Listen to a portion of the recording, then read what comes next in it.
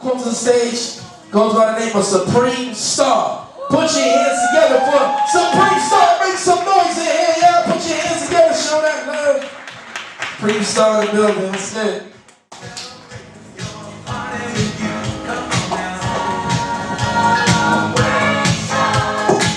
Let's all celebrate and have a good time.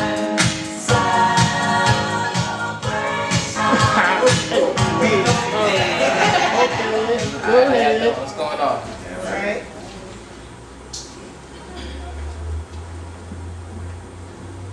Tomorrow I challenge each and every one of you to approach a team that you know. And just ask them, how's everything going? And don't just accept it when they tell you everything is fine, but instead try to really get inside their minds and find out that secret that they are most certainly hiding. Because nowadays, too many of us are walking around dazed and confused at our youth. Concerned with the path that they are taking towards their future.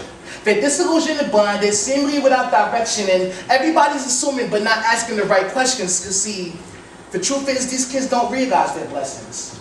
Wandering off in this world with no form of GPS, and us who hold the key to shape and form their fragile minds are leaving it up to the TV to raise and watch their child. No longer taking the time to spend with them one-on-one, but instead leaving the job to Mommy Noggin and to Father Nickelodeon, which in time graduates to BET and MTV, where as they grow older, they only become what they see, and in the blink of an eye, there goes that child, suddenly running wild like you didn't see the signs.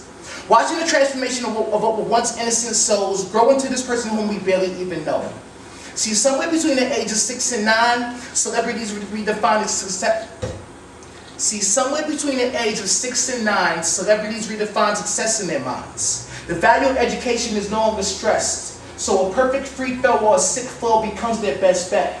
They no longer understand the value of economics, so while their gears must stay fresh, their minds stay hooked on phonics. No respect for the honest hustle, they only want that street though, but what we need to understand is that we're letting this happen though. It's time for us to step up because, it's time for us to step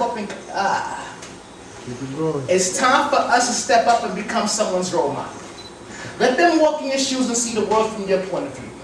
Let them know that you were once just a kid like them too, and that you too went through many of the things that they go through.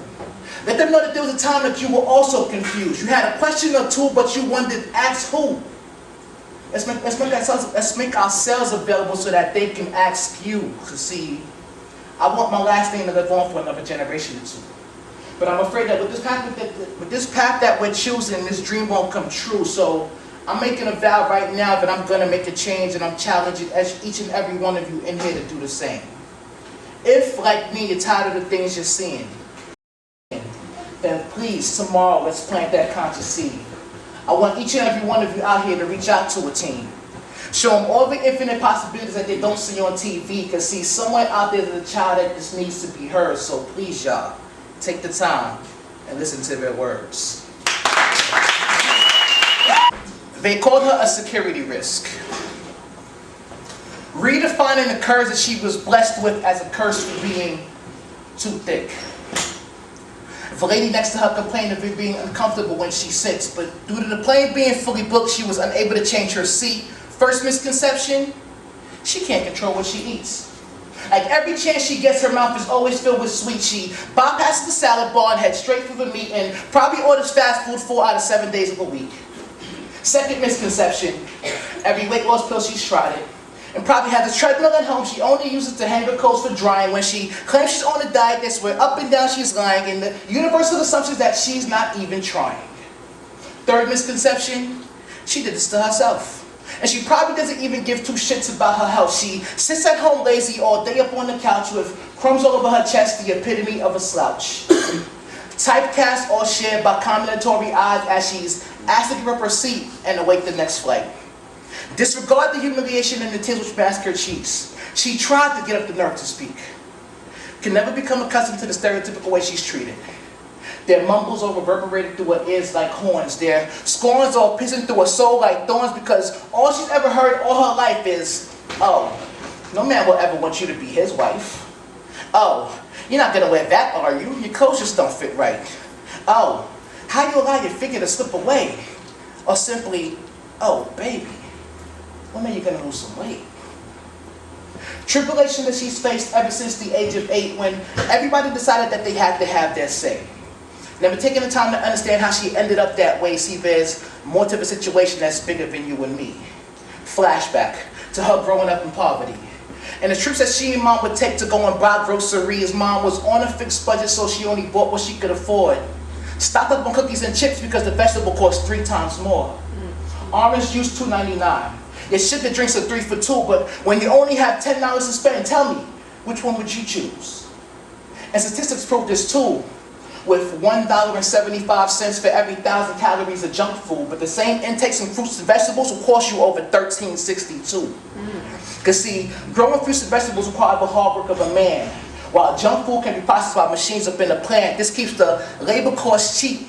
There's a disparity in price, so when shopping on a budget, health is always a losing fight. All of which circumstances that led up to this. They had the nerve to call her a security risk, redefining the curse that she was blessed with as a curse for being too thick. And I just sat there, wishing that I could say something to boost up her pride. Give her a reason to smile and wipe the tears from her eyes. You see, this is just another example of why we should never judge a book by its cover, because when you read between the lines, there's always so much more to discover. But if there was something that I could tell her, it'd probably be this. Pay them no attention, sweetheart. They minds just stay right. The Supreme Star knows nobody keeps you warmer than a thick girl at night.